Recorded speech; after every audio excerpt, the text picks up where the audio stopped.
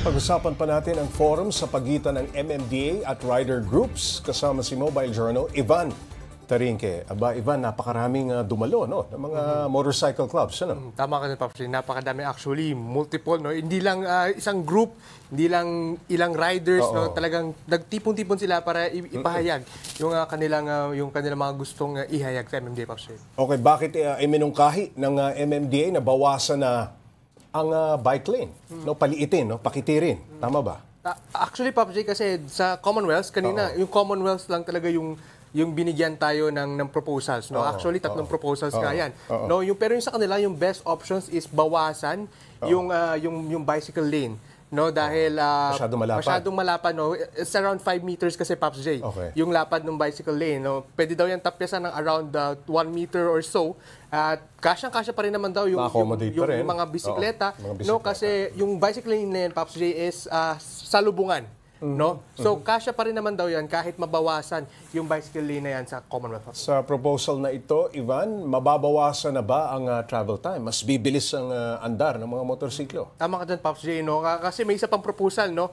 Yung mababawas dito sa bike lanes na to is pwedeng dedicated sa mga TNVS riders at sa mga motorcycle taxis. No? Isa yan doon sa mga proposal na tinitignan na kanilang iminungkahi kanina, no? Pero dahil diyan nga, Pops J, no, mas mapapabilis yung travel time, no? Kanina parang around 30% yung madadagdag or yung mababawas doon sa pagbiyahe mo dito sa may Commonwealth, Pops J. Ivan, paano nila gagawin yan? Hindi ba katabi ng bike lane sa Commonwealth Avenue yung mga PUV bagong MC lane?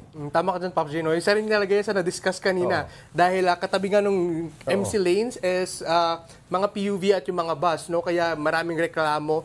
What if daw biglang pumasok yung mga bus na kailangan nilang ilabas yung kanilang motor doon sa motorcycle lane, no?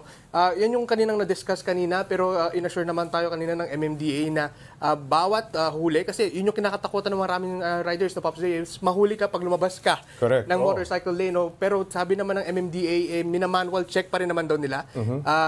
Not necessarily, pag lumabas ka dyan sa linyang yan, huli ka kagad. Kumbaga, no? May leeway pa rin, meron pa rin, kumbaga, linyan pa rin sila, Pops. Linyan pa rin, Yes, tama ka dyan, Pops. Wag lang daw yung biglang pag lumabas ka, dediretsuhin mo na.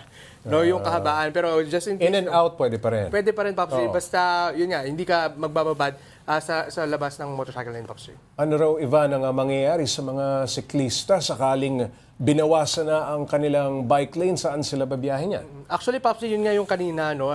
Pero magkakaroon pa rin ito ng discussion, di pa ito represented ba yung mga grupo ng mga siklista? Kanina, Pops J, it's a motorcycle community lang yung focus kanina ng forum, no? Pero siguro sa mga next tama forum. Ka dyan, Pops J, no?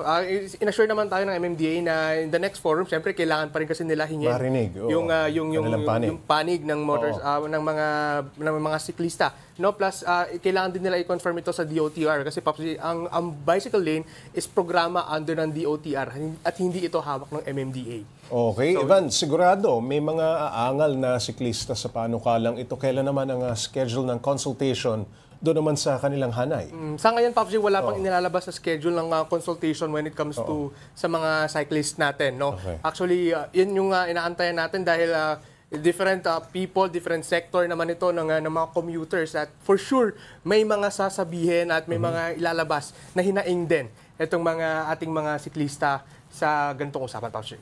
Maraming salamat, Mobile Journal, Ivan Tarinque.